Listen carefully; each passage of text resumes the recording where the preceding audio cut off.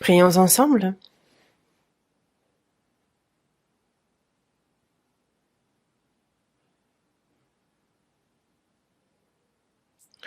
Dieu notre Père, toi qui nous aimes, toi qui es saint et miséricordieux, Dieu, nous étions éloignés de toi, nous agissions dans le péché, mais tu as eu pour nous de la pitié. C'est quand nous ne te connaissions pas que Jésus nous a aimés et que le jugement et la malédiction que nous devions recevoir, c'est le Seigneur Jésus qui s'en est chargé à notre place. Et par le précieux sang que Jésus a versé, tu as éternellement lavé nos péchés et fait que sans aucun mérite de notre part, tu nous as sauvés. Merci pour cette grande grâce. Désormais, que ce soit notre corps, notre âme, notre esprit, tout a été racheté au prix du sang du Seigneur et t'appartiennent. Seigneur, que ce soit seulement ta volonté que nous suivions et nous souhaitons sincèrement pouvoir vivre en te glorifiant. À cette heure, nous qui avons reçu la rédemption éternelle par le précieux sang versé pour nous, sommes réunis devant toi pour apprendre ta parole, pour la communion, et nous te remercions de nous le permettre. À cette heure encore, Seigneur, nous croyons en ce que tu es avec nous et nous te remercions. Et tes regards sur chacun d'entre nous, Dieu, que ta main miséricordieuse nous soutienne toujours davantage. Seigneur, que ta grâce abondante, que ta parole, que la puissance de ton Saint-Esprit nous soutienne et nous perfectionne. Que le reste de notre vie, nous puissions le vivre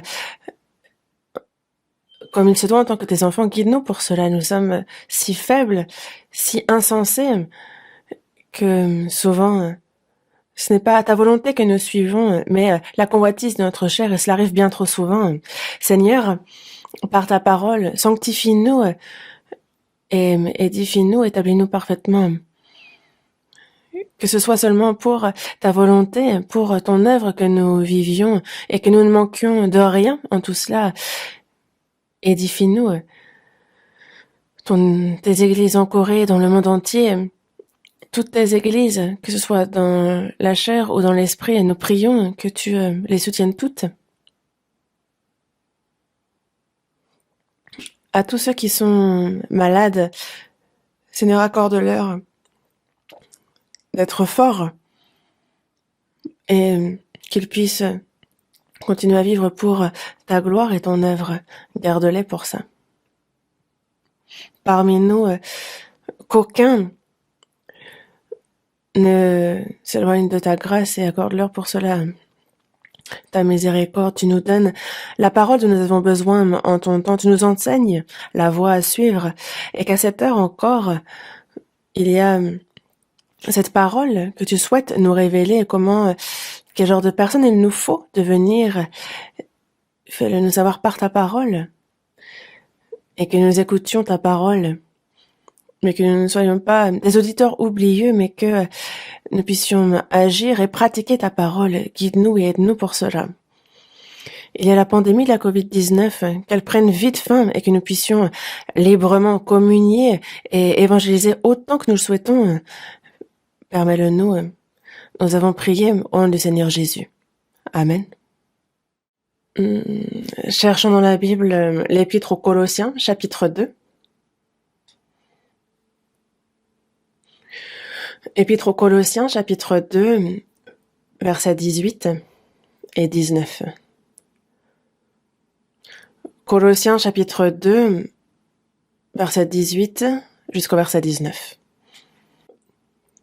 Qu'aucun homme, sous une apparence d'humilité et par un culte des anges, ne vous ravisse à son gré le prix de la course, tandis qu'il s'abandonne à ses visions et qu'il est enflé d'un vain orgueil par ses pensées charnelles. Sans s'attacher au chef, dont tout le corps, assisté et solidement assemblé par des jointures et des liens, tire l'accroissement que Dieu donne. Jusqu'ici, après avoir reçu le salut, les chrétiens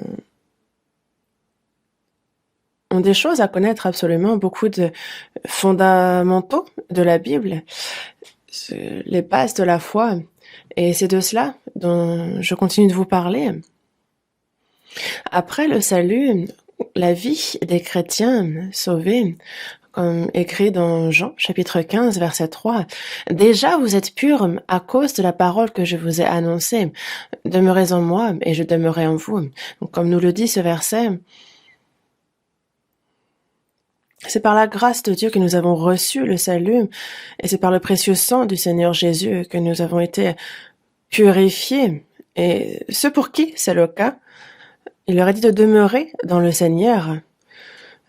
C'est la requête et l'ordre qui a été donné aux sauvés. Ceux qui ne sont pas sauvés sont tous sans Christ. Ils sont éloignés, perdus. Mais ceux qui sont sauvés sont dans le Seigneur, comme cela nous est dit. C'est pour ça qu'il dit « Demeurez en moi et je demeurerai en vous ». Demeurer dans le Seigneur, cette parole, c'est véritablement un mystère. Vivre dans l'amour du Seigneur, dans sa vie, dans son plan, qu'il vive en nous, dans sa puissance, c'est en quoi consiste cette vie, mais nous devons apprendre de quoi il s'agit, nous devons faire en sorte que ça se grappe dans notre cœur et que ça se passe dans nos vies. C'est pour ça que je continue de vous enseigner la parole sur ce thème, vivre et demeurer dans le Seigneur. Aujourd'hui, c'est donc les versets dans Colossiens, chapitre 2, versets 18 et 19, sur lesquels je vais me focaliser et dont j'aimerais vous parler. Dimanche dernier, déjà, je vous en ai parlé. Les saints de Colosse, les sauvés de cette église, vivaient bien leur vie de foi, mais le problème qui se posait est qu'il y avait parmi eux des hérésies, des personnes qui enseignaient d'autres doctrines, qui entraient en cachette, on cherchait à faire que la vie de foi des autres s'effondre, faire en sorte qu'ils ne puissent pas bien vivre leur vie de foi. Et c'est ce qui pouvait être observé au sein de cette église. Il y avait donc ceux qui tentent, ceux qui séduisent. Le diable fait obstacle afin que ceux qui ne sont pas sauvés ne le soient pas, et afin que ceux qui sont sauvés, eux, ne puissent pas bien vivre leur vie de foi. C'est pour ça qu'il fait obstacle, qu'il justement s'oppose. Ça, il nous faut le savoir. On voit actuellement que on a cette pandémie de la COVID-19, pandémie au sens où ça touche tout le globe. Et c'est vrai que on a des termes qu'on utilise peu, genre maladie contagieuse. Ce sont des termes qui font un peu peur, mais on le voit justement qu'il y aura ces famines, ces tremblements de terre, ces pestes, comme dans certaines traductions, les maladies contagieuses, dans d'autres. Et je sais qu'à l'étranger, ils ne lésinent pas sur les termes, mais récemment, en Corée, les cas confirmés en Corée du Sud, nous sommes premiers à l'échelle mondiale. C'est le genre de palmarès dont on n'a pas à se vanter. Il n'est pas besoin d'être premier dans ce genre de classement. Et au départ, on était justement complimentés sur le fait de bien bloquer la pandémie par nos restrictions, mais désormais c'est l'inverse. Et on attend impatiemment que justement ce pic redescende. C'est ce à quoi chacun s'attend. Mais en attendant, il y a la COVID-19 qui touche le monde entier, qui beaucoup perdent la vie, beaucoup souffrent. Certains, en fait, c'est plus léger, c'est un peu comme une grippe, mais d'autres vraiment souffrent et certains vont jusqu'à perdre la vie. Et c'est pour ça que ce n'est pas tout, n'est-ce pas? Il y a aussi, par exemple, on ne se rend pas même compte, mais dans l'air, il y a toutes sortes de virus qui flottent dans l'air à travers la nourriture, à travers l'eau, à travers toutes sortes de canaux dans notre vie. En fait, les bactéries sont vraiment présentes partout, et c'est juste que elles ne sont pas visibles à l'œil, mais notre corps, s'il est en bonne santé, s'il est justement le système immunitaire, s'il est fort, alors on peut avoir des bactéries qui entrent, mais elles sont combattues et donc elles disparaissent, et ce cycle se répète. Mais lorsque la bactérie entre en nous, pour ceux qui ont un système immunitaire faible, pour ceux qui sont justement malades, cela se propage et ça peut conduire à la mort. Cela complique la situation, mais c'est pareil spirituellement. Et c'est vrai que nous ne le voyons pas à l'œil nu, mais il y a le diable qui est autour de nous et qui, lui, justement, est actif. Ah, lui alors, en fait, on parle de lui, et donc, on dirait qu'il va se mettre en colère, non? Il faut être prudent. Et je ne rigole pas. Il y a à côté de nous un ange, des anges, c'est un fait. Mais ceux qui ne sont pas sauvés, il fait toutes sortes d'obstacles afin qu'ils ne soient pas sauvés. Il fait en sorte qu'ils ne comprennent pas la parole, qu'ils ne croient pas à la parole, que justement, il fait en sorte qu'ils ne reçoivent pas cette lumière de l'évangile, qu'elle ne les éclaire pas. Mais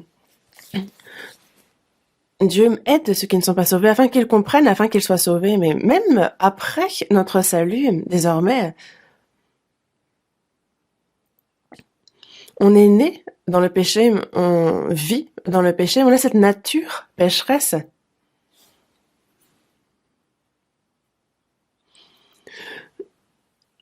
Il y a ces maladies héréditaires, n'est-ce pas? Une maladie dont on hérite depuis nos ancêtres, qui se transmet sur les générations à tous les descendants. Et en nous, il y a cette maladie du péché qui descend d'Adam. On a cette nature pécheresse en nous. Après le salut, ce serait idéal que cette nature pécheresse disparaisse, mais elle demeure. Et c'est pour ça qu'il faut que nous, constamment, nous soyons soignés par la parole, par la puissance du Saint-Esprit, par la grâce, et que l'on soit donc fortifié spirituellement, que l'on soit puissamment fortifié par son esprit dans l'homme intérieur. Parce que sinon, même sauvé, on se retrouve sans force et on ne peut pas bien vivre notre vie de foi. Le diable, lui, constamment, ne peut pas nous prendre notre salut, mais il va toujours mettre des obstacles continuellement dans notre vie. Et c'est pour cela que il faut que nous soyons puissamment fortifiés spirituellement. Et pour ça, il y a des choses que nous devons faire. Et c'est comme pour notre forme physique. Nous faisons du sport, nous essayons de ne pas manger trop gras, nous faisons attention à ce que nous mangeons. En fait, on se soucie beaucoup de notre santé. Et c'est vrai que si on néglige ce genre de choses, si on ne fait pas attention, alors on peut tomber malade, on peut quitter ce monde sans même le remarquer. Et donc, physiquement aussi, il nous faut être fort.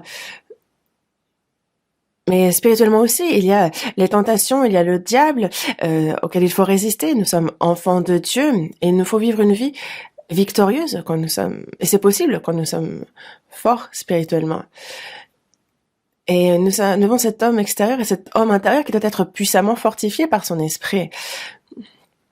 Et quand on lit la Bible, on voit que les saints de Colosse sont sauvés, mais qu'ils ont encore, justement, ils sont une chair qui est forte. C'est pour ça que en eux, ils ont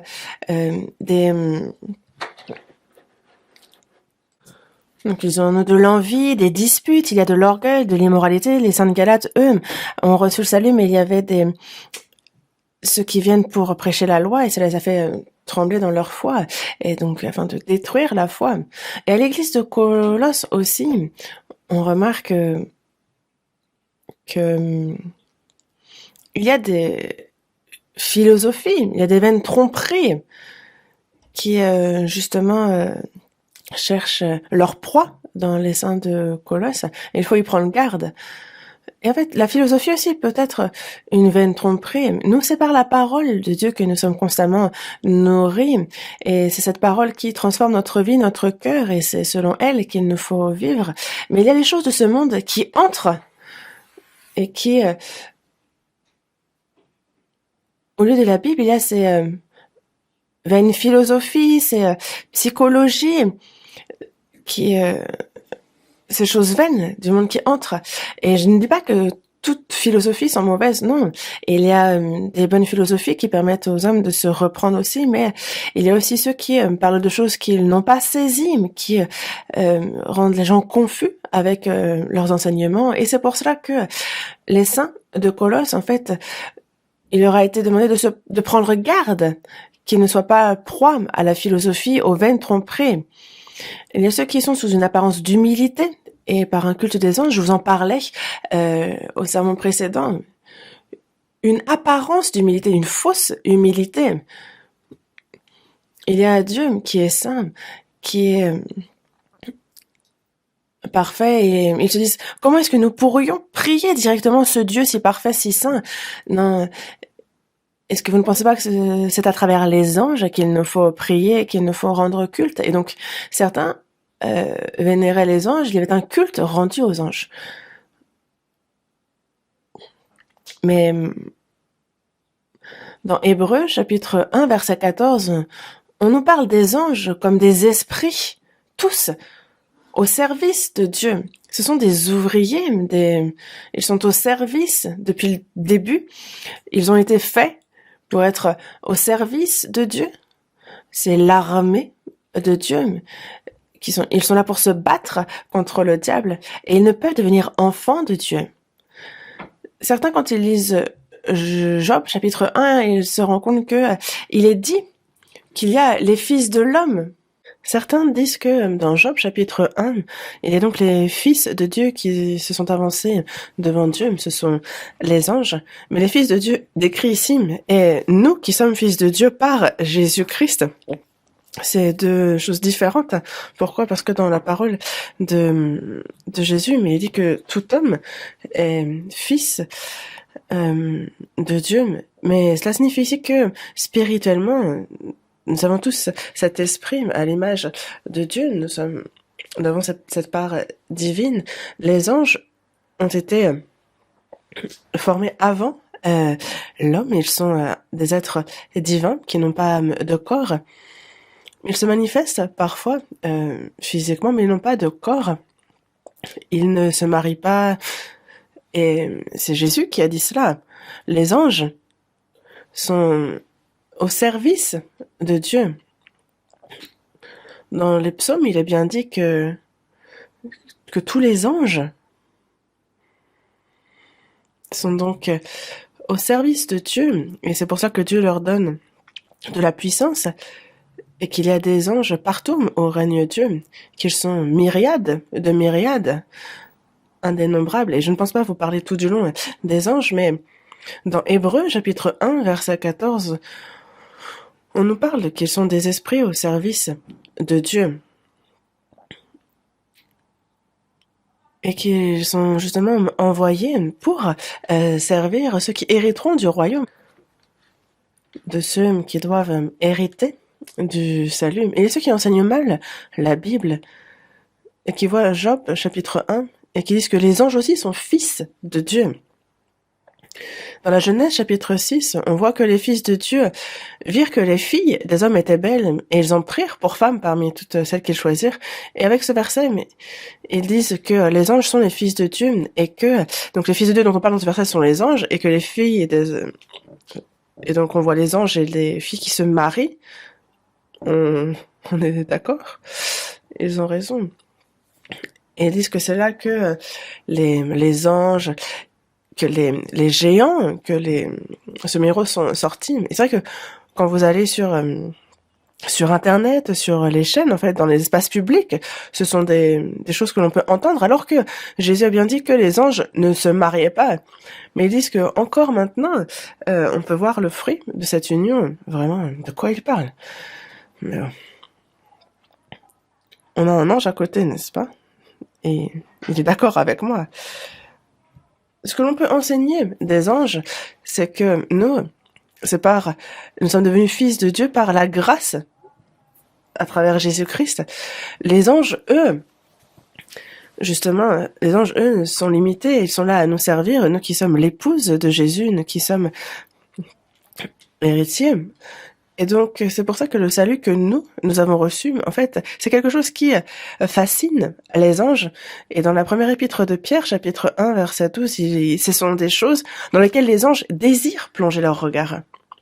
Dans tous les cas, il y a ceux qui rendent culte aux anges, alors que ce n'est pas correct.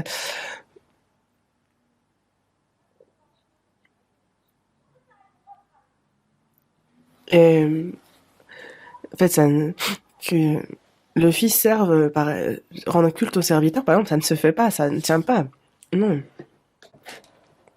Pour les catholiques, c'est Marie à qui ils priment et Marie, elle, transmet, élève cette prière à Jésus. Marie, écoute notre prière.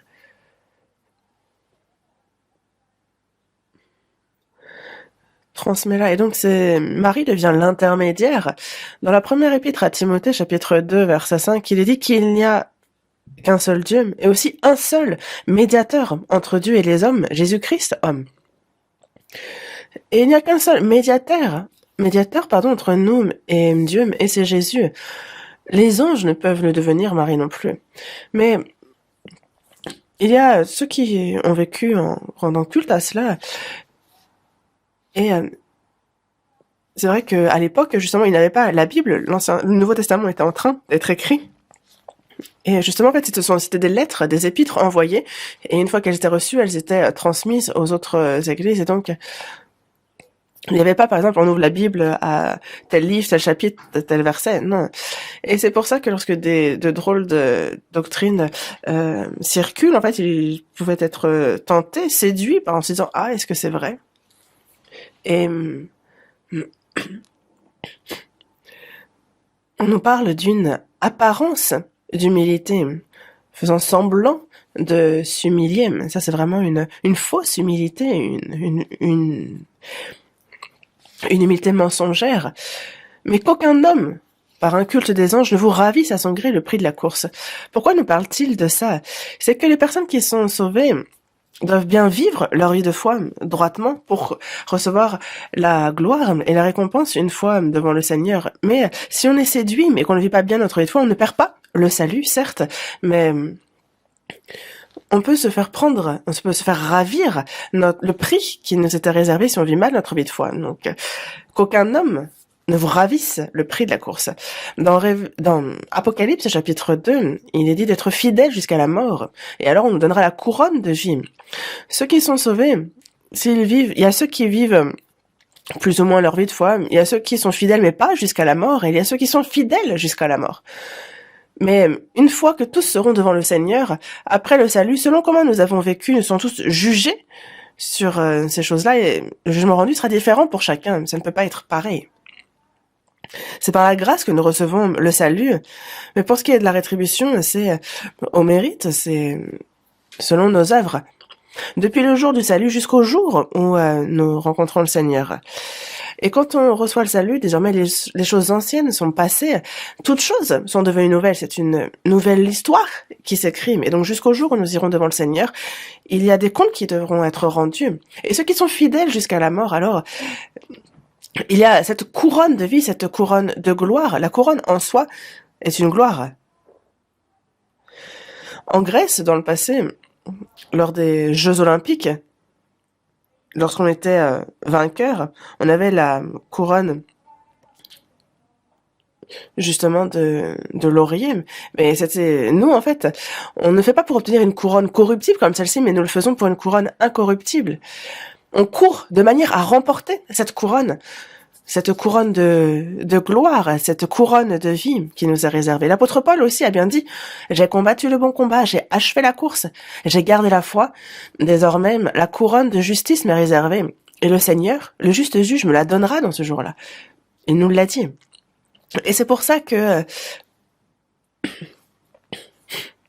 la couronne c'est la gloire, et on la recevra. Mais dans Apocalypse, chapitre 3, verset 11, il nous est dit de retenir ce qu'on a, afin que personne ne nous prenne notre couronne. On recevra cette couronne, mais si on ne fait pas attention, cette couronne que nous devons recevoir, il se peut qu'on nous la prenne, qu'on nous prenne notre récompense. Et il y a un sportif, un athlète aux Jeux Olympiques qui devait recevoir la médaille et il se la fait prendre. Non. Que personne ne te prenne ta couronne. Faire en sorte que personne ne nous ravisse cette couronne. Et nous, quand on vit notre vie de foi, comme ça, se disant dans l'à peu près, pensant que j'irai de toute façon au ciel, je veux pas espérer en plus dans la récompense. Déjà, si je suis assis au fond dans le royaume des cieux, ça ira. Et il y a ceux qui pensent ainsi. Mais si on meurt là, maintenant, aujourd'hui, est-ce que vous pensez pouvoir dire que vous avez bien fait de vivre dans l'à peu près? La gloire aussi est éternelle, vous le saviez? Ceux qui ont reçu le salut recevront tous une gloire éternelle différente une fois dans le royaume des cieux. Dans l'Apocalypse, chapitre 22, verset 12, il est dit justement que il y a cette voici, je viens bientôt, et ma rétribution est avec moi pour rendre à chacun selon ce qu'est son œuvre. Jésus nous attend avec la couronne de gloire. Il y a donc la rétribution pour rendre à chacun selon ce qu'est son œuvre. À chacun, il n'y a pas de prix de groupe. Dans l'Église aussi, quand on fait des remises de prix en lot, il y a ceux qui vont faire dans l'à peu près, il y a ceux qui se donnent à fond et ceux qui font dans l'à peu près, mais s'ils reçoivent le même prix, ce n'est pas équitable, n'est-ce pas? Dans la première épître aux Corinthiens, chapitre 3, il est dit que justement, en fait, il y aura des compliments, mais il y aura aussi des réprimandes. Et ça, il faut y penser. Il y a les compliments, les rétributions, et sachez que les récompenses sont éternelles. Quand nous serons dans le royaume des cieux, en fait, on nous parle dans la première épître aux Corinthiens de celui qui est sauvé, mais comme au travers du feu. En fait, j'habitais à Busan quand il y eut le grand incendie. Et j'ai eu l'impression que c'était toute la ville de Busan qui s'enflammait. Même les maisons des riches, en fait, c'est du jour au lendemain, il n'en restait que des cendres. Certains, justement, étaient en train de dormir et sont sortis de leur maison en courant. Ils étaient en caleçon. Et en fait, il y a le feu qui est passé par de grandes routes aussi, en fait, et ça... c'est vraiment de l'histoire ancienne. À ce moment-là, j'habitais Busan, justement. Et l'hiver était froid. Et il faisait tellement froid, vu que c'était l'hiver que c'est arrivé. Il distribuait des couvertures, une pour chaque personne. Et il y a ceux, justement, qui se sont sortis du feu, mais ils ont juste sauvé leur propre peau. Et il y a ceux qui sont certes sauvés, mais comme au travers du feu, qui se retrouvent là, certes vivants, mais sans rien. Ils sauvés, mais comme au travers du feu.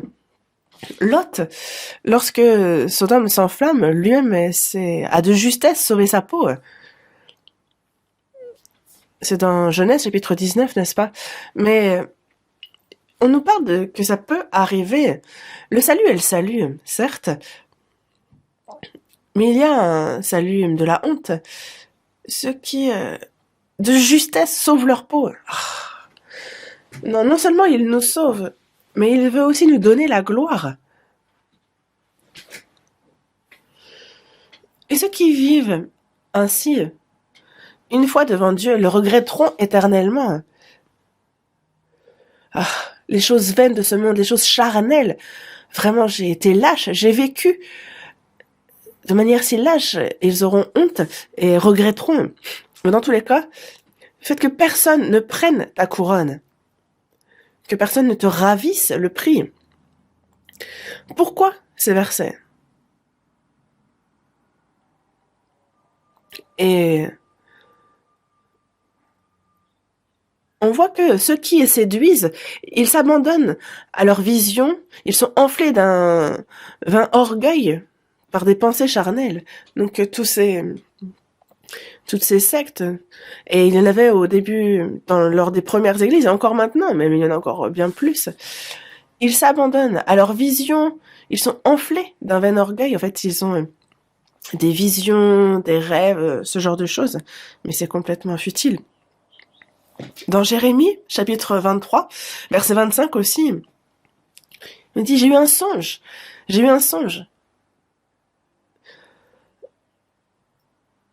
Dieu se serait manifesté dans un songe et aurait parlé à la personne. Et c'est ainsi qu'ils séduisent. Ils enseignent de fausses doctrines. Je ne sais pas si vous vous en souvenez, mais il y a quelques années de cela déjà, à Guangzhou, il y avait une église qui s'appelait l'église du futur proche. Et donc, quelqu'un a dit avoir reçu une vision dans son songe disant que tel jour, tel mois, telle année, Jésus me reviendrait. Vous vous en souvenez de ça? Et ce jour-là, ce jour annoncé est arrivé, et ceux qui donc étaient de cette église du futur proche se sont réunis, habillés en blanc et fixaient le ciel. Et il était en Corée, il était minuit, ils regardaient le ciel. Et donc, que ce soit leur entourage, que ce soit leur famille, en fait, pourtant, ils les ont tous laissés derrière, mais en fait, ils se sont dit, au moins, moi, je sauve ma peau, en fait. En fait, l'entourage était vraiment très inquiet pour eux, et donc ils ont appelé la police, ils ont appelé les pompiers pour venir là où ils étaient réunis au cas où il se passerait quelque chose. Et en fait, l'heure est arrivée et il ne s'est rien passé. Et on a justement le pasteur de cette église, le pasteur Lee, et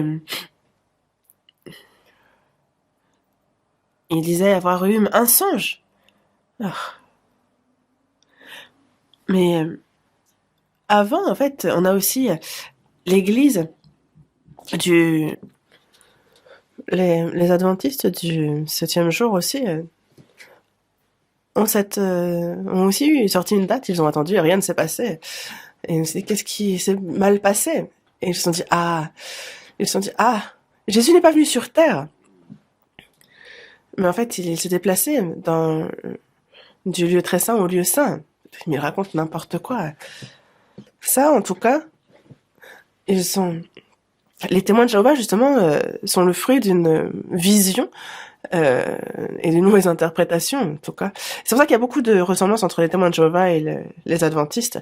En tout cas, ils sont là, j'ai entendu une voix, j'ai eu une vision, j'ai eu un songe. J'ai aussi rencontré beaucoup de ce genre de personnes. Et même certains prient. Et il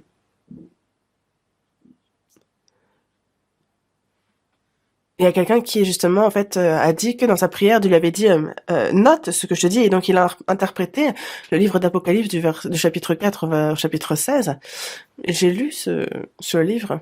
Quel est le titre? C'était quoi? Bon, les signes de la fin, en tout cas. En fait, je suis allée je me suis rendue à leur église, et c'est complètement faux. En tout cas, on a tout genre de personnes, vraiment. Et en fait, les caractéristiques même des sectes, c'est ils se confient sur ce qu'ils ont vu. Vraiment. Ils sont enflés d'un vain orgueil par leurs pensées charnelles. En fait, ils ont une petite pensée et ils exagèrent, ils enflent leur pensée charnelle d'un vain orgueil. Mais dans la seconde épître aux Corinthiens, en fait, justement, il parle du 3e ciel. Le deuxième ciel, c'est justement le ciel où on a... Le premier ciel, pardon, c'est le ciel où il y a les oiseaux. Le deuxième, là où il y a les étoiles. Et le troisième, c'est justement le royaume des cieux. C'est comme ça qu'on décrit le ciel. Il dit y être allé, être revenu. Et il ne parle pas de lui-même avec le je, mais il parle à la troisième personne. Et il dit il. Et, euh, et c'est pour ça que il a dit avoir entendu... justement, en fait, il a entendu, mais il ne veut pas être un insensé, il ne veut pas dire la vérité, il ne veut pas justement, il s'abstient de ça pour que personne n'ait à son sujet une opinion supérieure à ce qu'il voit en moi ou à ce qu'il entend de moi. Et c'est pour ça qu'il a dit, je m'en abstiens, en fait. Lui qui a pourtant écrit, par exemple, l'apôtre Paul a écrit 14 des livres du Nouveau Testament, mais en fait, il a entendu ça, et il s'est abstenu de parler de tout. Justement, l'apôtre Paul a bien dit, il s'est abstenu. Et du chapitre 4 d'Apocalypse jusqu'au 22, justement, en fait, on voit que l'apôtre Jean, lui, qui a écrit donc Apocalypse, a vu la porte des cieux s'ouvrir, et on lui a dit de monter, il est monté, il a vu toute la gloire qu'il y a dans les cieux, il a vu le trône de Dieu, il a vu l'armée des cieux, il a tout vu, le nouveau ciel, la nouvelle terre, la gloire de ces nouveaux lieux, il a tout vu, n'est-ce pas? C'est écrit, et c'est pour ça qu'on peut le savoir. Mais celui qui a vu cela l'a écrit dans la Bible, mais est-ce qu'il s'est enflé d'orgueil disant « J'ai vu ci, j'ai vu ça ?» Non, nous, si quelqu'un dit avoir eu une vision, a eu un songe, il rêve n'importe quoi, nous, on ne s'appuie en rien à part en la Bible. Mais il y avait ce problème à l'église de Colosse. Ceux qui s'abandonnent à leur vision, qui sont enflés d'un orgueil par leurs pensées charnelles. Et vraiment, il y avait ça, c'était grave. Et lorsqu'il y avait une mauvaise doctrine, elle se propageait et ils la suivaient, disant j'ai vu ça, j'ai vu ceci, j'ai vu des choses particulières, et les gens les suivaient. Et justement, en fait, ce sont des pensées charnelles, ils insistent là-dessus. Et si jamais il y a ce genre de personne qui dit avoir une vision, qui dit avoir un truc, sachez que c'est faux. Nous n'écoutons rien à part ce qui est écrit dans la Bible, compris. On a l'impression que oui, ça pourrait paraître vrai, mais si on les suit, on se rend compte que ça ne mène nulle part. On se fait avoir.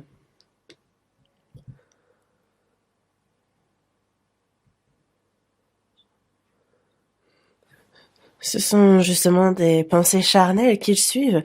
Ils sont enflés d'un orgueil vain. Et, et c'est sans s'attacher au chef. On a l'impression que le verset précédent et le suivant ne vont pas ensemble, mais pourquoi sans s'attacher au chef? Le chef, c'est Jésus, n'est-ce pas? L'Église, c'est le corps formé des chrétiens, et Jésus est le chef. La tête de l'Église, c'est décrit précisément dans Éphésiens, mais c'est sans s'attacher au chef. La tête, en fait, c'est de la tête qu'il y a les hormones de croissance qui sont réparties dans tout le corps, et il y a tous les nerfs qui sont liés lorsqu'il y a la tête qui prévoit, qui projette de faire quelque chose, qui réfléchit. Alors justement, l'info est transmise à travers les nerfs centraux, la moelle épinière, les nerfs secondaires, et justement, en fait, si la tête pense secoue la main, on peut secoue la main. Si on dit cours, alors on court, le corps court, n'est-ce pas? Jésus est la tête. Et nous, tous ensemble, nous sommes le corps, chacun membre pour notre part. Et il faut que nous soyons un, unis. Si la tête dit d'aller à tel endroit et que le corps, les pieds vont à un autre endroit, est-ce que ça peut fonctionner? Les yeux d'un côté, les mains de l'autre, les pieds dans une autre direction encore. Non, ça peut pas fonctionner. Il faut que le corps soit uni. C'est ça, l'Église. C'est le mystère de l'Église. Et ce n'est pas du tout une théorie, mais c'est réellement comme ça. Et c'est pour ça qu'il faut que nous, justement, lorsqu'il y a la volonté de la tête qui est transmise par les nerfs, il faut que nous, même si nous ne voyons pas Jésus, lui qui est devenu notre tête, notre chef, si sa volonté nous est transmise, et là, c'est le Saint-Esprit qui nous transmet cette volonté et nous fait comprendre la volonté de Dieu. Et il nous donne aussi le cœur de faire la volonté de Dieu. Il nous donne la force de faire cette volonté. Il nous pousse à l'action. Mais que ce soit ceux qui enseignent la philosophie, ceux qui enseignent de vaines tromperies, ceux qui ont une apparence d'humilité, ceux qui sont enflés d'un vain orgueil, ceux qui ont des pensées charnelles, tout cela, en fait. Tout cela, ceux qui les suivent, ils ne sont pas attachés non plus à la tête. Ils ne connaissent pas même la volonté du Seigneur. Et en fait, ce sont dans des endroits farouches qu'ils les suivent. Sans s'attacher au chef. Il y a donc les sectes, en fait, ne suivent pas Jésus, le chef. Mais même ceux qui sont sauvés peuvent tomber dans les sectes. Lorsque la personne ne vit pas comme il se doit, ça vit deux fois lorsqu'elle n'apprend pas comme il faut la Bible. Vous le saviez? Sans s'attacher au chef, dont tout le corps, assisté et solidement assemblé par des jointures et des liens, tire l'accroissement que Dieu donne.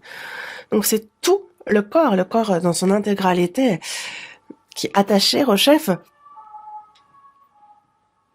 Ils sont assistés, solidement assemblés par des jointures et des liens. Et c'est de là qu'ils tirent l'accroissement. Et c'est vrai que pour nous, on a besoin pour croître, de la lumière, on a besoin de l'eau, on a besoin de divers éléments. Et Dieu a préparé pour nous toutes sortes de choses, tout ce dont notre corps a besoin. Quand ça entre par la bouche, alors il y a justement cette chaleur qui s'exerce dans le corps et qui divise les éléments dont on a besoin et qui les répartissent ensuite vers les organes qui en ont besoin. Et c'est comme ça qu'on a l'énergie pour que le corps puisse être actif, qu'il puisse bouger. Ça, c'est la chair. Mais spirituellement aussi, on a Jésus qui est la tête. Et c'est lui qui donne toute la sagesse, toute la force. Et c'est justement par de la tête que l'on tire l'accroissement, que nous recevons tout ce dont nous avons besoin. Donc nous tirons l'accroissement parce que nous sommes assistés, seulement assemblés par des jointures et des liens. Regardez le doigt. Imaginons qu'on parle de la dernière phalange du doigt, que ce soit l'auriculaire, que ce soit le pouce. En fait, dans tous les cas, c'est un membre du corps pour sa part. Mais est-ce que il faut, pour recevoir l'aide de la tête, que le doigt soit attaché à la tête? Il faut que les pieds soient attachés à la tête, les orteils aussi. En fait, quand on dit être attaché, tout le corps attaché au chef, c'est les membres qui sont aussi attachés les uns aux autres. Et lorsque le Seigneur dit, lève la main droite, on lève la main droite. Avec ton doigt, gigote. Et ça, c'est la preuve qu'on est bien attaché à la tête. Et lorsqu'on est attaché à la tête, au chef, on fait ce que la tête veut, et c'est tout le corps qui va se déplacer. Mais on a cette dernière phalange qui est liée aux autres phalanges et qui est elle-même liée à la main, au bras, et qui finalement est liée à la tête. Et donc, c'est pour ça qu'on peut voir même la dernière phalange être nourrie, alimentée de ce dont elle a besoin. Et donc, il nous faut être attachés à l'Église, apprendre la parole, nous aimer les uns les autres, être dans la communion. Et alors le Seigneur, c'est naturellement qu'il nous nourrit de ce dont on a besoin. Nous sommes assistés et solidement assemblés par des jointures et des liens. Et ce n'est pas parce que je ferme la porte, que de mon côté, je lis la parole, je prie et que je grandis. Non. Sachez-le, c'est dans la communion On voit justement, il y a cet accroissement que l'on tire de Dieu quand on est bien attaché, assemblé, assisté. Et dans Jean, chapitre 1, verset 14, il est bien dit que la parole a été faite chair, elle a habité parmi nous, pleine de grâce et de vérité. Et nous avons contemplé sa gloire comme la gloire du Fils unique venu du Père. Et vraiment, dans Colossiens aussi, chapitre 2, on nous parle que nous avons tout pleinement en lui Jésus. Nous avons tout reçu de sa plénitude. Et grâce, pour grâce, comme ça nous est dit aussi dans Jean, chapitre 1, verset 16, nous avons tout reçu de sa plénitude. Et grâce, pour grâce.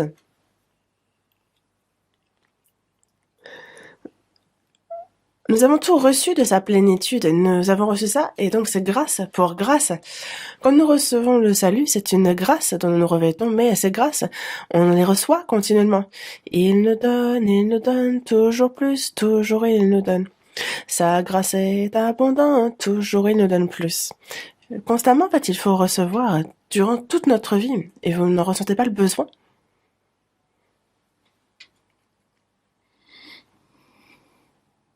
Il nous suffit d'être attaché. Et justement, c'est comme lorsque le sarment est attaché au cep, en fait, il a la sève, il a tous les éléments nutritifs qu'il reçoit en étant simplement attaché.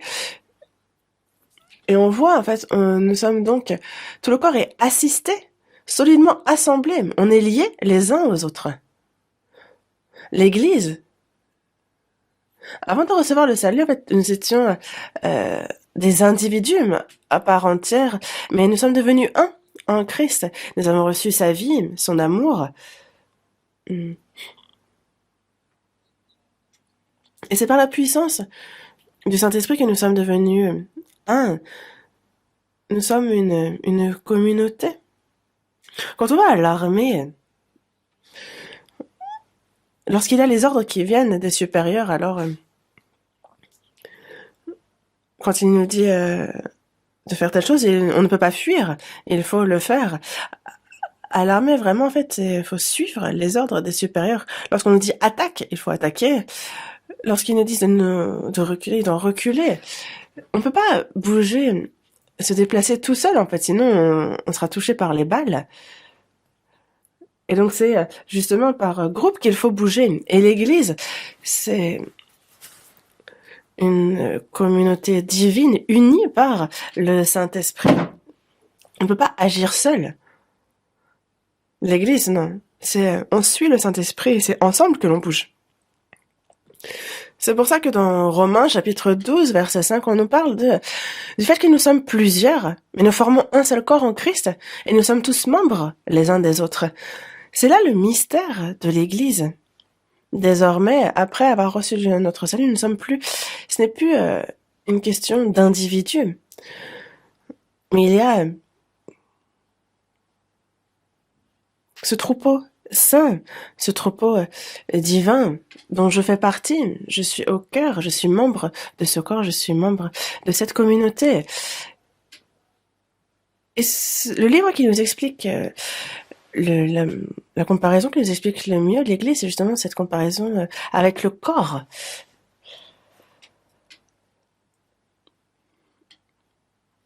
Donc le corps est assisté, solidement assemblé par des jointures et des liens. Et c'est justement afin que l'on reçoive cet accroissement qui vient de Dieu, qui nous fait grandir. En fait, le corps, c'est ensemble qui grandit. Concernant la croissance de ce corps, imaginez que pour certains, il n'y ait que la main qui grandisse, ou qu'il n'y ait que le pied qui grandisse, ou qu'il n'y ait que le majeur qui grandisse plus que les autres. Ça ne va pas. Il faut que ce soit ensemble, on est justement assistés, seulement assemblés les uns aux autres. Évidemment que la vie de foi, dans l'Église, il y a ceux qui sont sauvés depuis longtemps, ceux pour qui cela ne fait pas longtemps, ceux qui sont sauvés depuis longtemps et qui pourtant n'ont pas bien grandi dans la foi, ceux qui sont sauvés depuis peu de temps mais qui ont bien grandi dans la foi. En fait, ça peut être différent pour chacun, mais ce que Dieu veut, c'est justement que on soit liés et qu'on grandisse ensemble. Dans une maison, il y a le père, il y a aussi les fils, les petits-enfants, mais c'est ensemble. Parce que peu de temps après, tous deviendront adultes. Et la vie de foi, il y a ceux qui sont sauvés depuis longtemps. Il ne faut pas que ils agissent comme des enfants. La volonté du Seigneur est vraiment que nous grandissions. Et on retrouve tellement cette idée de grandir, comme c'est dit dans la première épître de Pierre, chapitre 2, verset 2, de désirer comme les enfants nouveau-nés de lait spirituel et pur, et c'est afin que l'on croisse pour le salut. Que notre personnalité de chrétien se forme en nous, que notre vie soit transformée en tant que chrétien, que l'on puisse vivre comme il se doit, afin que vous par lui, vous croissiez pour le salut. Et dans la seconde épître de Pierre, chapitre 3, verset 18, on nous dit de croître dans la grâce et dans la connaissance de notre Seigneur et Sauveur Jésus-Christ. Que faut-il faire alors? Il faut être attaché. Le corps est assisté et solidement assemblé. Et il y a cet accroissement qui vient, que Dieu donne. C'est lui qui nous fait grandir. Éphésiens, chapitre 4. Voyons ce passage un moment.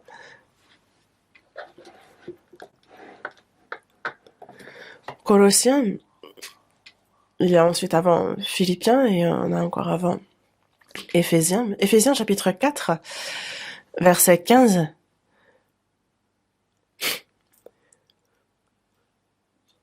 Versets 15 et 16. Mais que, professant la vérité dans la charité, nous croissions à tous égards en celui qui est le chef Christ.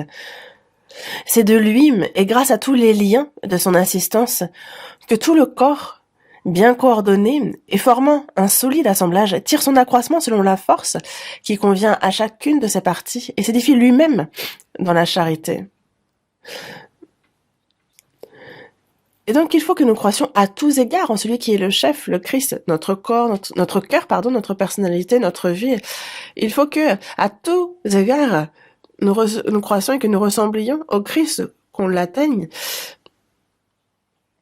Dans le verset 16, c'est de lui, et grâce à tous les liens de son assistance, que tout le corps, bien coordonné et formant un seul assemblage, tire son accroissement selon la force qui convient à chacune de ses parties et s'édifie lui-même dans la charité.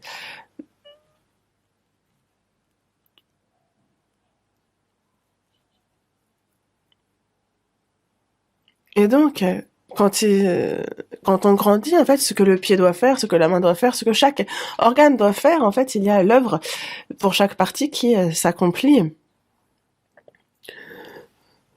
Et justement, que chacun s'édifie lui-même dans la charité. On s'édifie dans la charité quand chacun est à sa place. Et la vie de foi en soi, c'est qu'il y a Jésus, le Seigneur, qui est le chef, et c'est de lui que nous recevons toutes choses. Et ensuite, il y a la volonté du Seigneur qui nous fait comprendre et que ensemble, en suivant l'esprit, on vit en suivant cet esprit selon sa volonté. Jean, chapitre 11, verset 58. Voyons ce passage. Jean, chapitre 11, verset 58.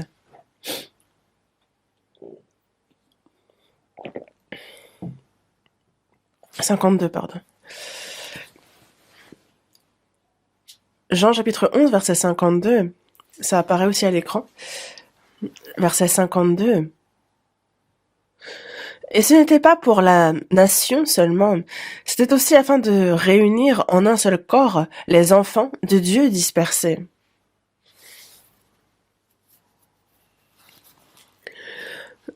Il y avait donc les enfants de Dieu dispersés. Avant de recevoir le salut, tous, en fait, il y a ces hommes à l'image de Dieu, mais qui sont dispersés, éloignés de Dieu, et donc ça, il ne faut pas que cela reste comme ça. Il réunit en un seul corps les enfants de Dieu dispersés. Il en a parlé à l'avance. Ici, on voit que Jésus est mort sur la croix, et dans quel but? Le but est de nous sauver, et ensuite, de faire de nous des enfants de Dieu. en même temps de faire de nous le peuple de son royaume, et en même temps que l'on soit unis. Et c'est pour cela aussi que Jésus est mort sur la croix. Avant de recevoir le salut, nous étions chacun de notre côté. En réalité, d'un point de vue, par exemple, ceux qui ne sont pas sauvés, ils peuvent être deux, mais ils ne sont pas ensemble. Il y a une expression en Israël où on dit des Juifs que s'ils sont deux à se réunir, alors ça fait trois communautés. Comment ils sont deux, comment ça peut faire trois communautés? Donc un, chacun de leur côté, et deux, ensemble, ils forment une autre communauté, donc ça fait trois. En fait, c'est chacun pour sa poire. C'est comme dans une famille, le mari et la femme vivent ensemble parce que c'est nécessaire, mais ils ont des pensées, et ils pensent chacun de leur côté. Vraiment, lorsqu'on est véritablement sauvé, qu'on marche selon l'esprit, alors le mari et la femme deviennent un aussi avec les enfants, avec les amis. Et ceux qui ne sont pas sauvés, eux, c'est chacun de leur côté, selon leurs opinions, leurs avis, leurs pensées, leurs idéologies. Et c'est impossible aux gens de ce monde d'être un. Ils font l'effort pour, mais pour être sauvé, il faut la même foi, une foi commune, la même vie, le même amour, la même espérance, une même raison d'être, le même but dans la vie. Il faut être un. C'est très important. Ceux qui ont reçu le salut, s'il y a les frères qui pensent d'un côté, il y a les sœurs de l'autre, ou il y a le frère un tel qui pense ceci, un autre frère qui pense autre chose, on les voit louer le Seigneur à un endroit, et ils chantent ensemble, genre, ah, les frères et sœurs rachetés par ce précieux sang. Mais après ce beau cantique, c'est chacun qui suit ses propres désirs, qui suit leurs propres pensées, leurs propres avis. Ça, non, ce n'est pas bien. Ceux qui sont sauvés désormais sont un. On a un père, nous sommes frères et sœurs d'un même père.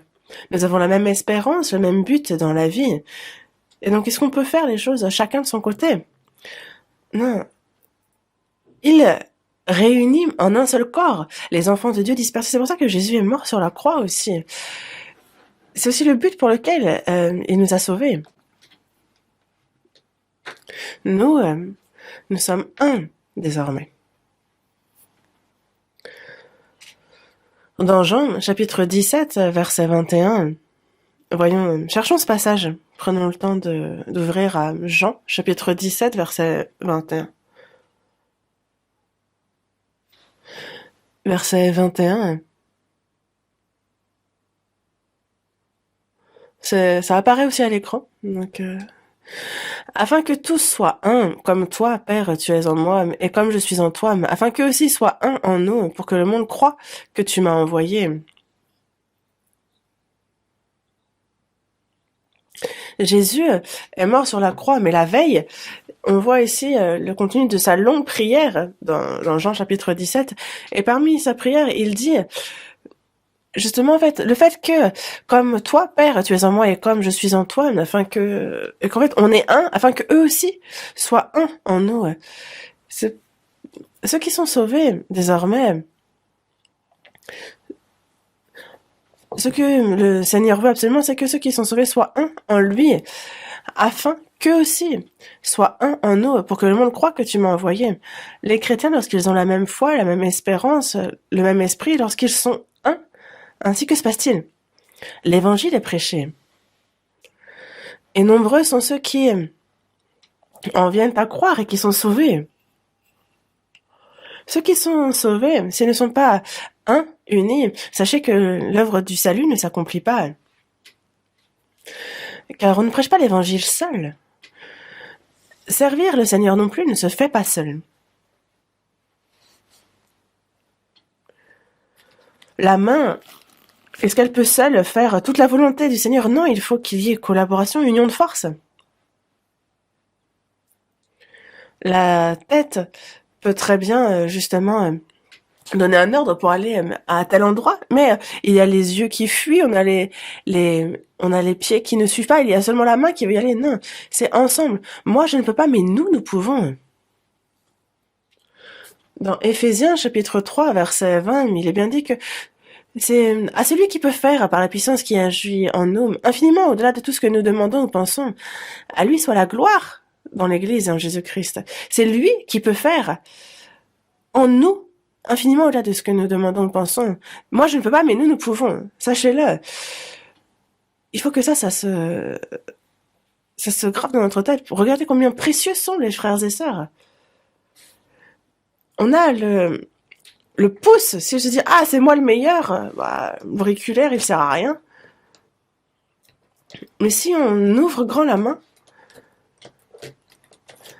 moi, je vois que mon pouce est un peu gros, il est fort. Mais est-ce que les doigts se critiquent les uns les autres? On a besoin de chacun des doigts, tous.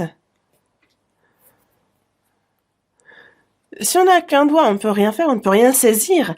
Il faut qu'il y ait le pouce pour pouvoir saisir. Mais s'il n'y a que le pouce, non. Il faut qu'il y ait les autres doigts pour saisir.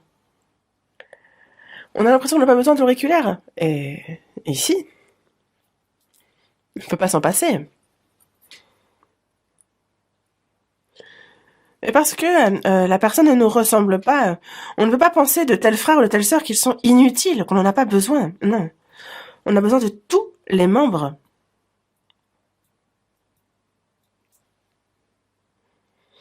Et c'est pour ça que dans la prédication de l'évangile, on est ensemble. Dans Philippiens, chapitre 1, verset 27, on combat d'une même âme pour la foi de l'évangile. On combat, en fait, on unit nos forces. Et la collaboration, en fait, c'est En fait, il y a la force. Le sinogramme est formé de la force 3 fois. Il faut vraiment, c'est une union de force.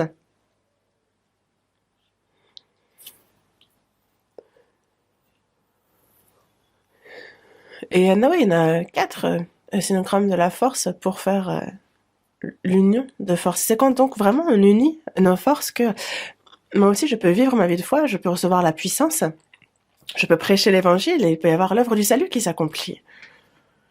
Et c'est pour ça que devenir un est vraiment très important. C'est pour ça que Jésus a bien dit justement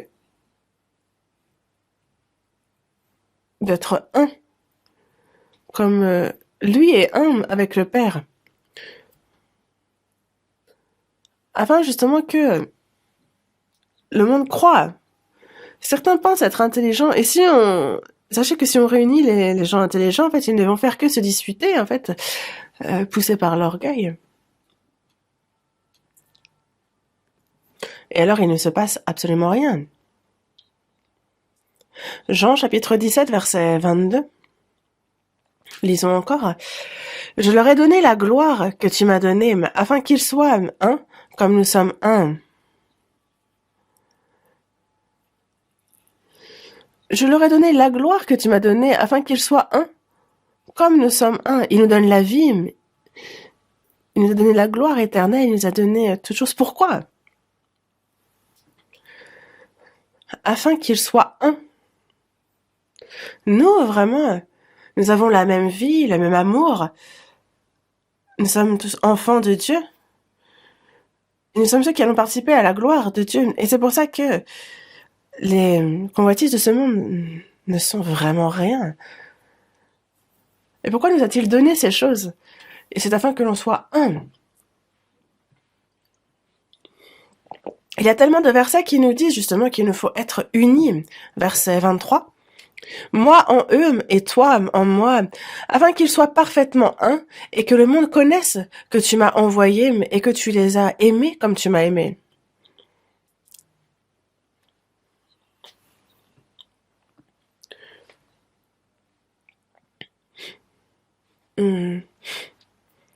Jésus dit moi en eux et toi en moi, afin qu'ils soient parfaitement un. Pourquoi parfaitement? C'est en étant en ce sein avec le Seigneur qu'il y a sa vie, le Saint-Esprit, sa puissance. C'est sa personnalité même qui se forme en nous parfaitement, petit à petit. On lui ressemble toujours davantage. Et c'est afin qu'il soit parfaitement humble et que le monde connaisse que tu m'as envoyé et que tu les as aimés comme tu m'as aimé. Nous avons reçu le salut et nous voyons combien Dieu nous aime. Et ça, on cherche à le faire connaître au monde, mais pour ça, il faut déjà qu'on s'aime, nous, les uns les autres. Dans Jean chapitre 13, verset 34 aussi, il est bien dit « Je vous donne un commandement nouveau, aimez-vous les uns les autres. Comme je vous ai aimé, vous aussi, aimez-vous les uns les autres. Et à ceci, tous connaîtront que vous êtes mes disciples, si vous avez de l'amour les uns pour les autres. » Donc il n'y a pas de... Parce que c'est vrai que ce sont des personnes qui n'allaient pas du tout ensemble, qui sont unies, qui unissent leurs forces, qui s'aiment. Et donc ceux qui ne croient pas se disent oh, « c'est surprenant ça. Comment est-ce qu'ils peuvent s'aimer ainsi? Et comment est-ce qu'ils peuvent être unis, communiés comme ils le font Et ils nous envient. Ils ont envie de connaître ce qu'il y a en ça, se demandant comment eux-mêmes peuvent intégrer ce groupe. Ils ont envie d'en connaître la raison. Et pour être unis, il faut être humble, il faut s'humilier.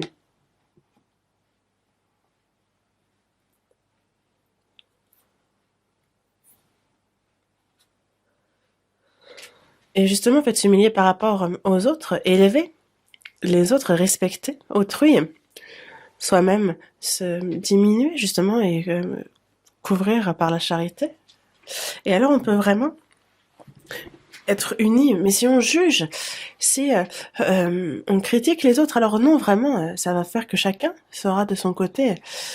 Il y aura de l'envie, des disputes, haïr ceux qui ne nous suivent pas, ceux qui n'ont pas la même cité, juger les uns les autres, critiquer. Ça, c'est ce que les hommes de ce monde font.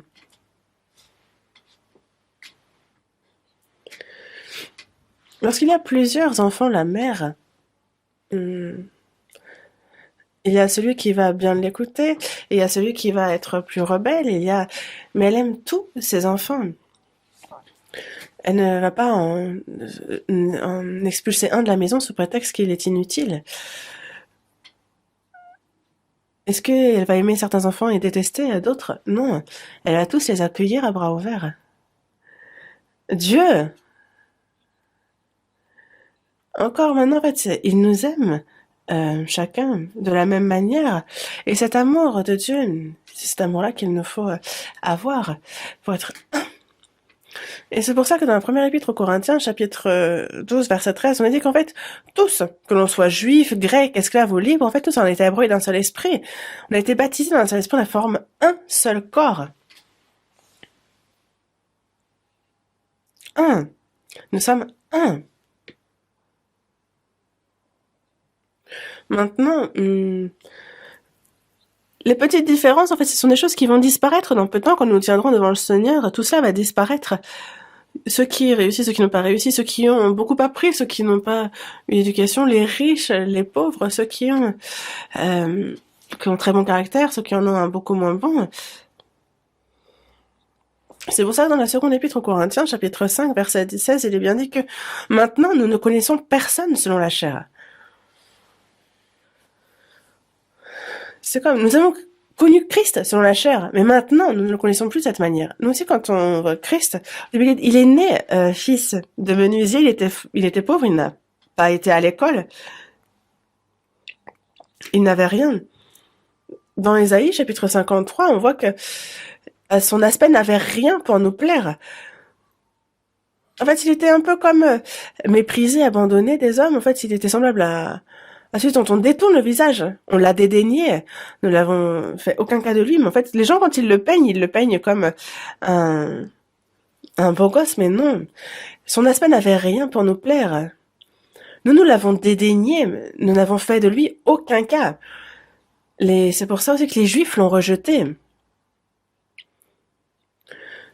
Même Jésus, dans sa chair, en fait, sachez que physiquement, il n'avait rien pour lui. Et l'apôtre Paul, lui, alors, Je pense qu'il devait être petit comme moi. Ça devait être une personne tout à fait banale, il ne devait pas avoir grand-chose à voir. Parce que les gens aussi, justement, dans Galate, on dit aussi que les gens, justement, euh, ne se réjouissait pas de le voir. Mais il ne faut pas juger l'homme sur l'apparence. On dit bien que l'homme regarde à ce qui frappe les yeux, mais l'Éternel, lui, il regarde au cœur. Que la personne ait réussi ou non, qu'elle ait un caractère en or ou non, quelqu'un qui manque de ceci ou de cela, en fait, peu importe. En fait, on ne connaît plus personne selon la chair dès maintenant. Parce que si on commence à s'arrêter sur ce genre de choses, en fait, vont se retrouver ensemble ceux qui ont réussi, ceux qui sont pauvres entre eux. En fait, il va y avoir ces choses par petits groupes, et ça, ce sont des choses que les gens de ce monde font bien mieux que nous, d'ailleurs. Mais il faut que on dépasse tout ça, quelle que soit la couleur de peau, quelle que soit la culture dont on vient, pour la simple et bonne raison que nous sommes sauvés, que nous sommes tous fils du même Père, que tous nous passerons notre éternité ensemble dans le royaume des cieux. Ça ne pose pas problème d'être imparfait, de manquer de ceci ou cela, mais parce que cette personne ne me plaît pas, en fait, on dit ceci, en fait. Est-ce qu'on choisit pour autant les communions auxquelles on participe? Est-ce qu'on ne va que à celles où il y a des personnes qu'on apprécie? Et c'est vraiment charnel que de faire des communions seulement avec les personnes qui nous plaisent, et ce, d'un point de vue physique aussi, seulement avec ceux avec qui on s'entend bien, non. Jésus nous a séparés saintement, il nous aime, il nous aide. Mais pas dans ce genre de cas. Ça paraît simple et en même temps ce n'est pas si simple, c'est vraiment une question très importante. Colossiens, chapitre 3. Ouvrons à Colossiens, chapitre 3, à partir du verset 12. Colossiens, chapitre 3, verset 12. Ainsi donc, comme des élus de Dieu, saints et bien-aimés, revêtez-vous d'entrailles de miséricorde, de bonté, d'humilité, de douceur, de patience.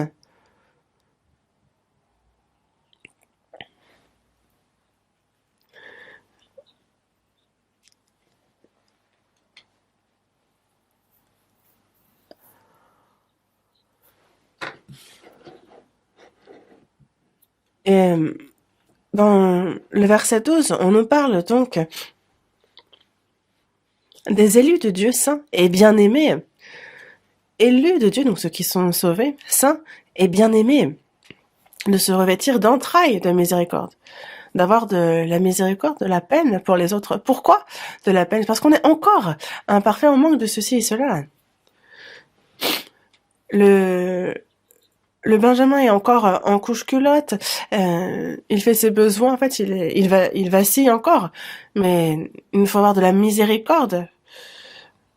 Est-ce qu'on va le frapper sous prétexte qu'il fait dans sa couche ou qu'il ne fait pas sur le pot? Non, il y a cette miséricorde. La miséricorde, c'est un cœur large. La miséricorde aussi, avoir de la peine.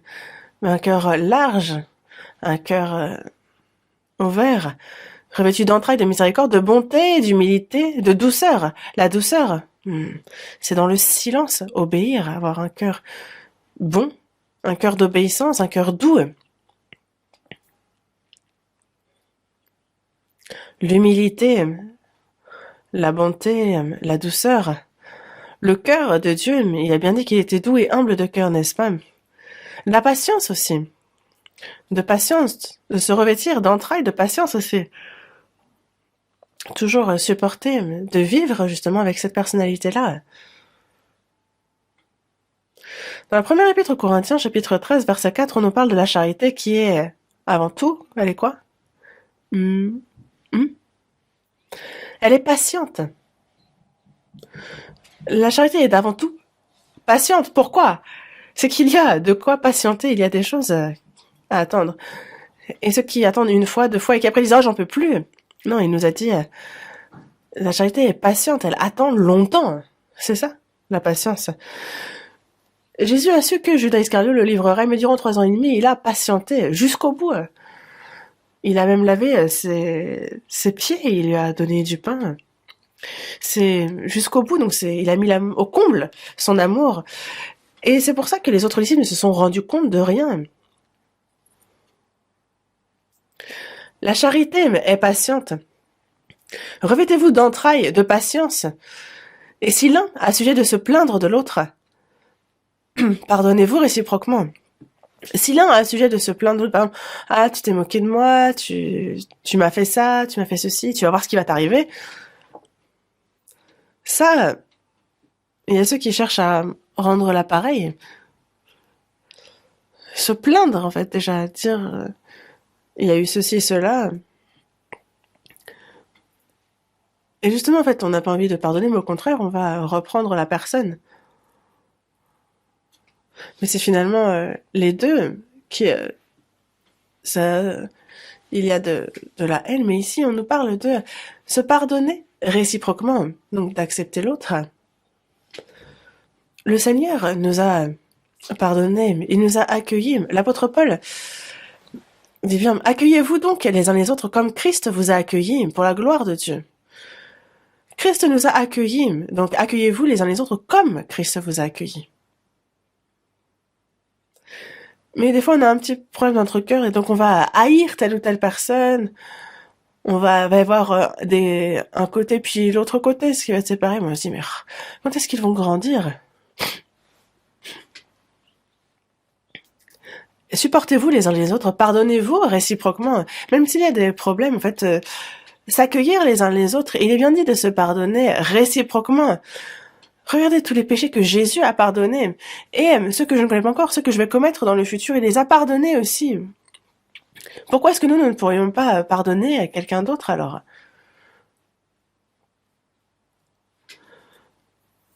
Et il y a ceux, justement, en fait, dès que quelqu'un leur plaît pas, justement, en fait, ils commencent à s'énerver alors que il faut se pardonner réciproquement. Supportez-vous les uns les autres et pardonnez-vous réciproquement.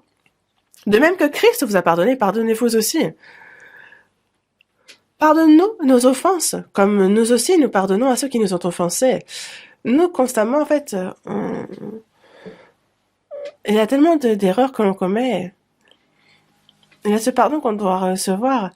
Mais il nous faut déjà pardonner les autres si on va être pardonné de ce que nous avons commis. Mais si on n'a pas le pardon pour les autres et qu'on demande le pardon à Dieu pour nous, non. Si vous avez quelque chose contre quelqu'un, pardonnez, afin que votre Père qui est dans les cieux vous pardonne aussi vos offenses.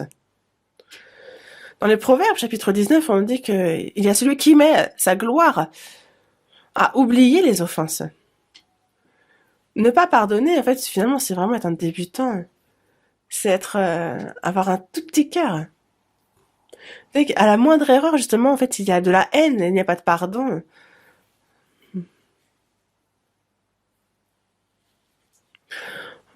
En fait, il y a le 16e président des États-Unis, Lincoln, et j'ai lu un livre le concernant. Lincoln a grandi dans une famille pauvre. Il est devenu justement sénateur, il a monté jusqu'à président. Mais il a appris, en faisant de la politique, il y avait une règle qu'il tenait. Lincoln, il y avait ceux qui cherchaient justement à l'attaquer, à le rabaisser, en fait, il y avait quelqu'un d'un autre parti qui n'arrêtait pas de s'en prendre à lui. Et c'est vrai que quand on regarde les politiciens, en fait, il y a ceux qui s'insultent les uns les autres. Et il y a quelqu'un qui s'en est vraiment pris à Lincoln, qui l'a insulté. Mais dès que Lincoln est devenu président, cet ennemi, en fait, il l'a appelé. Et il a fait de lui le ministre de la Défense. Vraiment.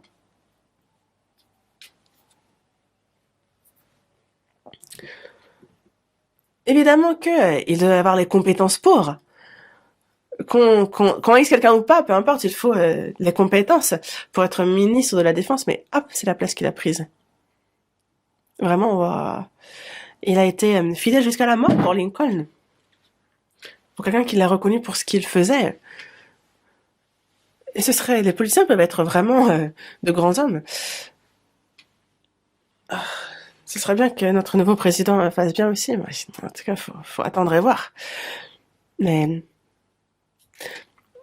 le problème lorsque quelqu'un devient président, c'est qu'il y a ceux qui les ont aidés dans leur parcours.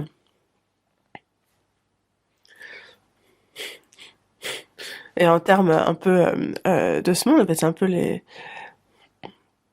leurs, les sous-fifres, en fait, ceux qui les ont supportés, ils disaient allez, allez, allez. En fait, dès qu'on leur donne la place de président, là, après, ils les positionnent et ça peut très mal se passer. Au-delà des différents partis, au-delà des rivalités, en fait, toi, je ne t'aime pas, mais tu es utile.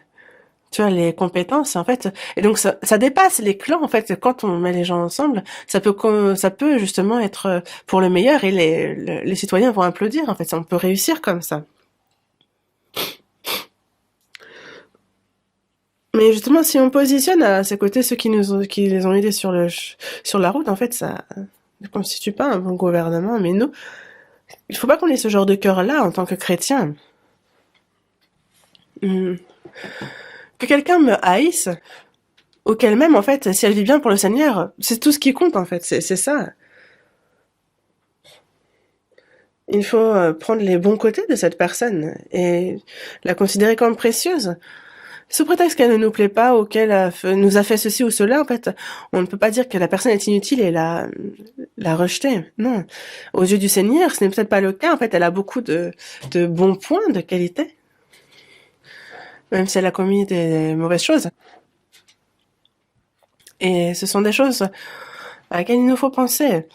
Colossiens chapitre 3, verset 13.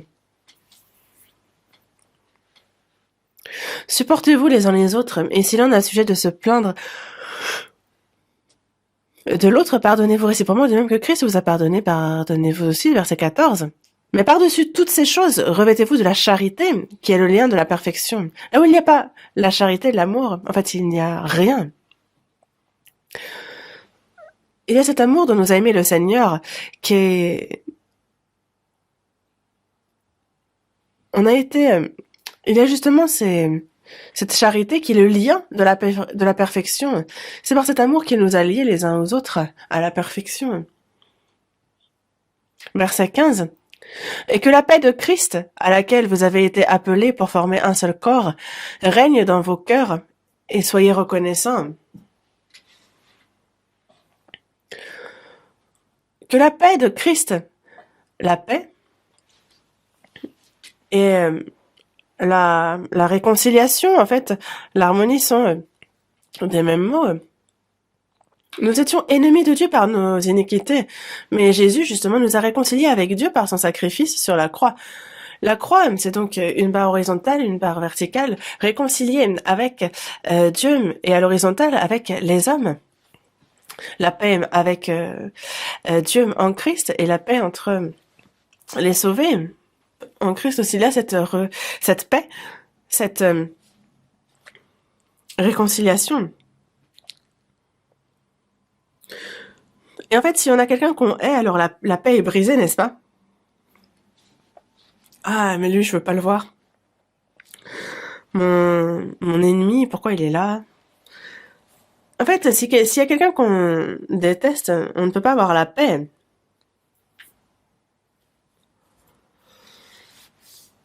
Justement, avoir des ennemis.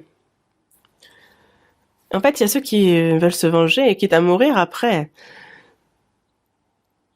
Mais sachez que quelqu'un qui veut se venger de ses ennemis meurt souvent, les ennemis. Oui. S'il y a quelqu'un qu'on aime, il n'y a plus la paix.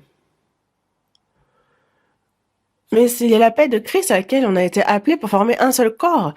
Donc avec la paix, la réconciliation avec Dieu et avec les hommes. Et que la paix de Christ à laquelle vous avez été appelés pour former un seul corps règne dans vos cœurs et soyez reconnaissants. C'est pour donc la paix, c'est pour l'harmonie, c'est pour la réconciliation que nous avons été appelés. Nous sommes devenus un seul corps pour cette paix. Est-ce qu'on peut briser cette paix qu'il y a entre les sauvés? Dans certaines églises, il y a un seul corps, mais il n'y a pas la paix. Ils sont ensemble et on voit, ils vivent, ils meurent ensemble, mais en fait, il y en a qui ne veulent pas voir même. Est-ce que c'est correct, ça? Est-ce que c'est possible dans l'église? Priez pour voir si c'est bien ou pas. Non.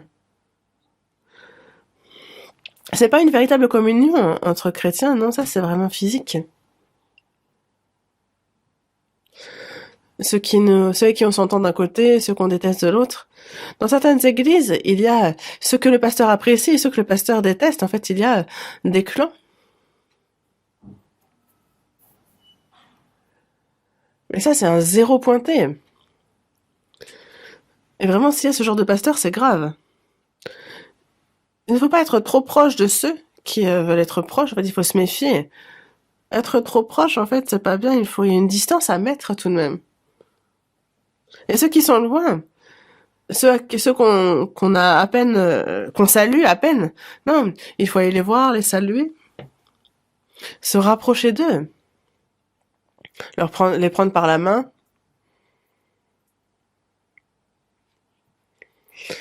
On a été justement appelés par le lien de la peine à justement cette paix.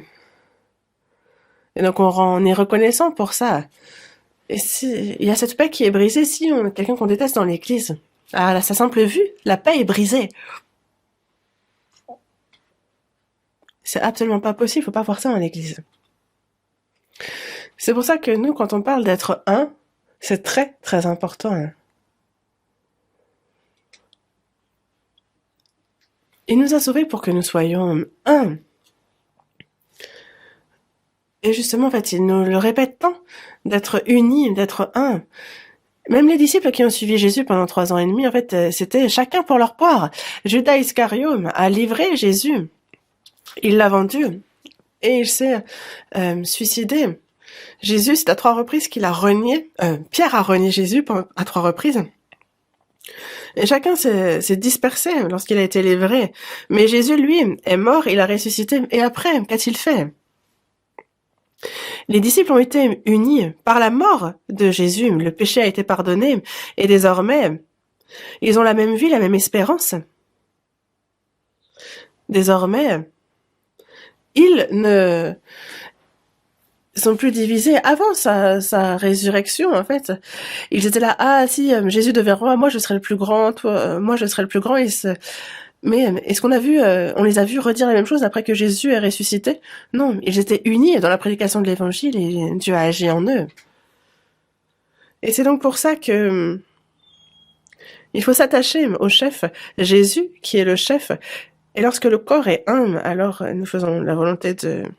Nous avons le même but dans notre vie que le Seigneur, que le chef. Nous sommes imparfaits. Mais si on rassemble ceux qui ne sont pas parfaits, alors c'est vraiment la volonté de Dieu qui s'accomplit parfaitement.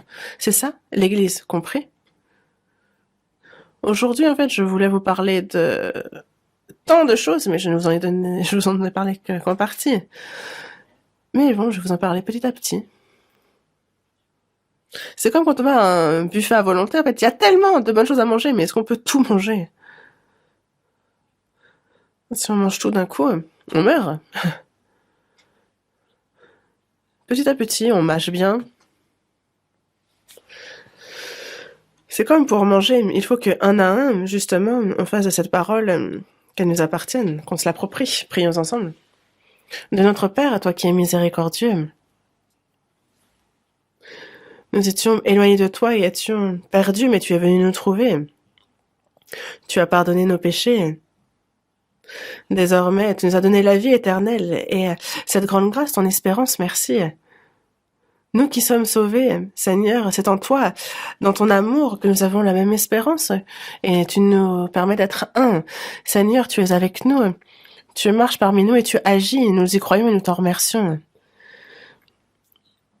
Comme tu nous as aimés, que l'on s'aime les uns les autres, comme tu nous as pardonnés, que l'on se pardonne réciproquement, et comme tu nous as accueillis, que l'on s'accueille les uns les autres, et qu'ainsi, nous qui sommes l'Église, qui sommes chacun membre de ce corps, dont tu es la tête, que l'on puisse donc chacun remplir notre rôle, que ce soit toi qui sois glorifié, et que nous puissions être complètement obéissants dans notre vie. Nous te demandons pour cela de nous diriger.